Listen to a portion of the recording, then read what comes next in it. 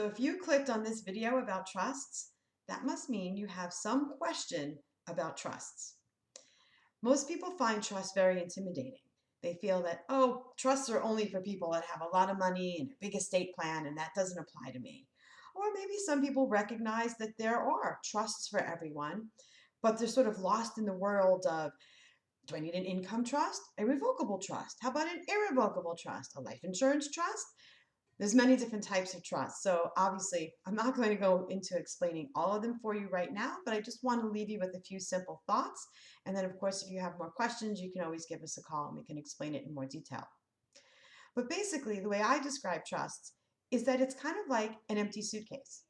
It starts with a document that we create together where you name who are the trustees and you talk about how you want your assets distributed when you pass away, or even how while you're still alive, and who's going to be in charge of making those decisions.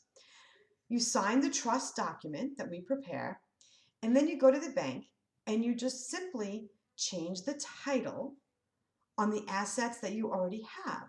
So for example, my name is Amy Dow. So my bank accounts say Amy Dow, right? But once I put my assets and my bank accounts into this trust, what I call, like I said, a suitcase, now it's Amy Dow, trustee of the Amy Dow Revocable Trust. And now all of the instructions that I have placed into that trust document that we created, those are all the rules that now apply to all of the assets that I put into that trust or put into that suitcase.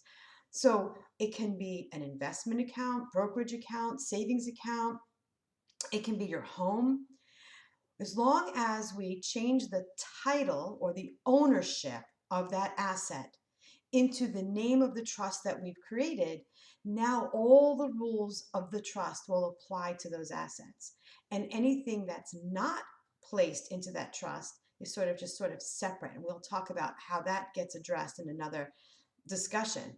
But I just wanted to clarify that that's basically how a trust works. It's really a set of rules. And so whether you have $50,000 or $5 million or $50 million, the trust basically works the same way. Of course, somebody with $50 million, the trust is probably a lot more complicated than the one who only has $500,000. But nevertheless, the concept is the same. It's a way to create a set of rules that dictate how your assets are going to be used while you're alive and what happens when you pass away. It's a very important document for people who have some sort of complicated distribution scheme where it's not simply just my children, but if you want to make provisions for charitable giving, or you want to make special provisions for grandchildren or potential grandchildren, we have all those options when you create a trust.